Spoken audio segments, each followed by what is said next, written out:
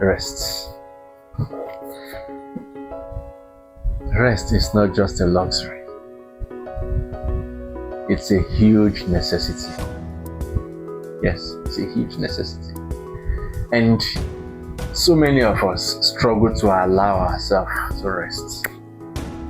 But today, I just want to be grateful for rest, for the place of rest in my daily itinerary and schedule, for the moments I get to pause, to unplug, to unwind, to breathe deeply.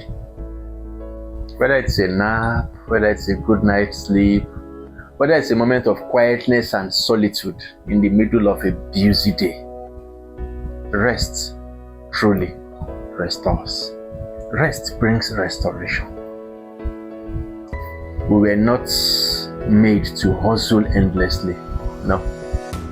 We were made to live in rhythm.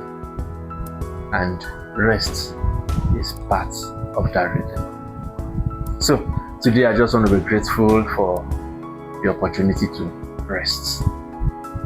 My dear friends and viewers, what are you grateful for today?